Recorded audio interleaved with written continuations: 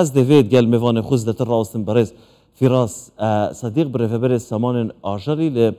وزارت چاندنی نوا استودیو دال گل منه برز تو بخیر بی از جوی که دست بکم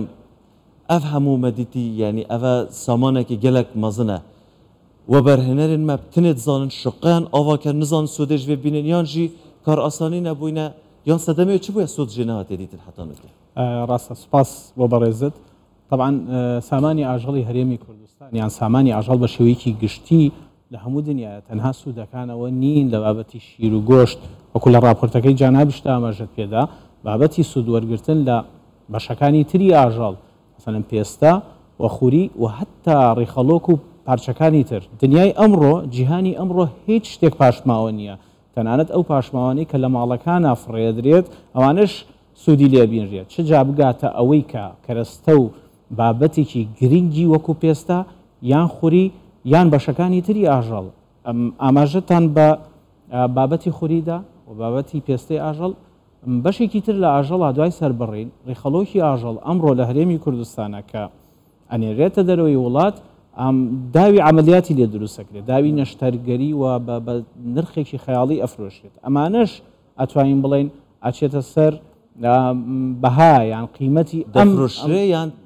بەڵێ بەڵێ بەڵێ بەڵێ ئەچێتە دەرەوەی وڵات ئەوی شەفرۆشێ بەڵام بەو نرخە نییە تۆ ئەگەر بە پیشەسازی بکرێت وەکو بابەتی پێستەکەیە کە بە نرخێکی هەرزانە توانین بڵێن بە شێوازێکە لە کۆڵە کرێتەوە دەستخۆشی لە جەناب دەکەم کە ڕوئایەکی واتدا و شیکاریکی وات کرد هیوادارین دوایەم بەرنامەیە و بەرهێنەران بێنە پێشەوە هیچ بربەستێک نییە هیچ عائقێک نییە و ئەرزەتێکیش فراهەم کراوە تەحلیلێکی جوانت کرد و حتا بۆ سوودی خۆیان احتیمالە هەندێک جار ئێمە وروژاندنی ئەم بابەتانە ئەبێتەوەی کە لەوانەیە ئێستا کۆمەڵی سەرمایه‌دار گویان لە ئێمە بوو بێت لە ڕوانگەی چه بابەتە نیشتیمانی و قەومیەکە هەمومان نەزانین دامەزراندنی کارگە و پیشەسازیکردن بە شێوەیەکی گشتی واکە تۆ سوودێکی تەواو لەم سامانە نیشتیمانیە گرنگە ببینی و هەلی کار ڕەخساندنی هەلی کارەوە سەبەبە بۆ ئەوی پارەیەکی زۆر دەچێتە دەرەوەی وڵات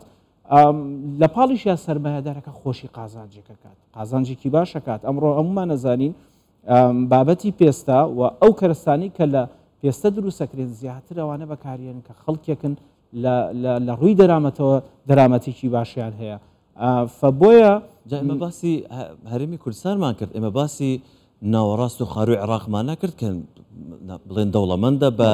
بە مەڕ یعنی خود دەزانی یعنی ئێمە دەتوانین سوود لە بەرهەم و پاشماوەی ئەوانش ببینین لەو کارگانەی کە لە هەرێمی کوردستان بە دڵنیاییەوە طبعاً ئیزافەتەن بۆەوە پێستەی هەرێمی کوردستان یان پێستەی ئاژەڵی هەرێمی کوردستان بە حکمی ئەو تەفاوتە یان ئەو جیاوازیەی لە بی ئەو کەشوهەوای هەرێمی کوردستانە هەیە ساردیەکی سەختی زستان و گەرمایەکی سەختی هاوین ئەمە وای کردووە ئەم پێستەیەک دروست بێیان تەکەیفێک لەگەڵ ئەم زروفە بیە بکات نەوعی پێستە بێت جۆرێ لە پێستە بێت کە کوالیەتەکەی و جۆرەکەی جۆرێکی باش بێت بە تەکی دامەزراندنی کارگەوە کات ئێمە سوود لە ناوچەکانی تری خوارو ناوەڕاستی عێراق ببینین جگە لەوە حەزەکەین ئاماژە بەوە بدەین ئێمە لە کوردستانە لە باو باپیرانەوەیان پێشووتر بڵین ئەتوانین بڵین کارگەی بچووک هەموو ماڵێکی کوریان هەموو گوندنشینێکی هەرێمی کوردستان خۆی کارگەیەک بوو لە بابەتی تەشی و لە بابەتی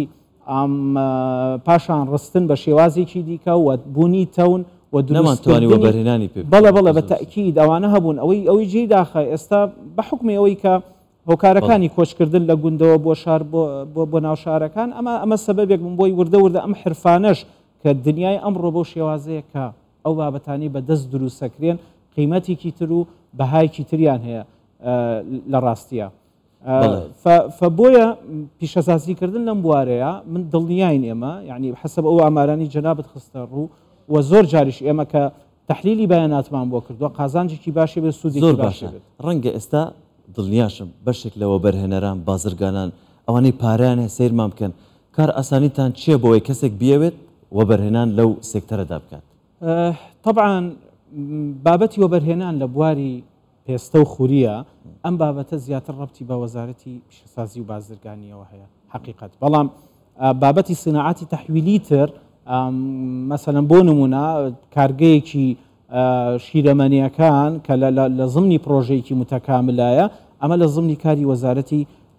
کشتتوکاڵایە بەڵام دڵنیام حکوومەتی هەرێمی کوردستان بۆ پاڵپشتی ئەم پرۆژانە کار ئاسانی تەواوەکات و هەد لە ئەعفای گۆمریگی لە لێخۆشببوونی گەورگی لە هێنانی کەرستەکان لە دەرەوەی وڵات بۆ دامەزراندنی کارگەکان دڵنیام حکوومەتی هەرێمی کوردستان و تعلیماتی شەیە ڕێنمایی شەیە بۆ ئەم بابەتە هاوکاریکی تەواوەکە لەم بوارەیە. بەڕێز فیراس سەدیق بەڕێوەبەری سامانی ئاژەڵ لە وەزارەتی کشتتوکاڵ سوپاس کە لەگەڵمان بووی. سپاس بۆ بەڕێز.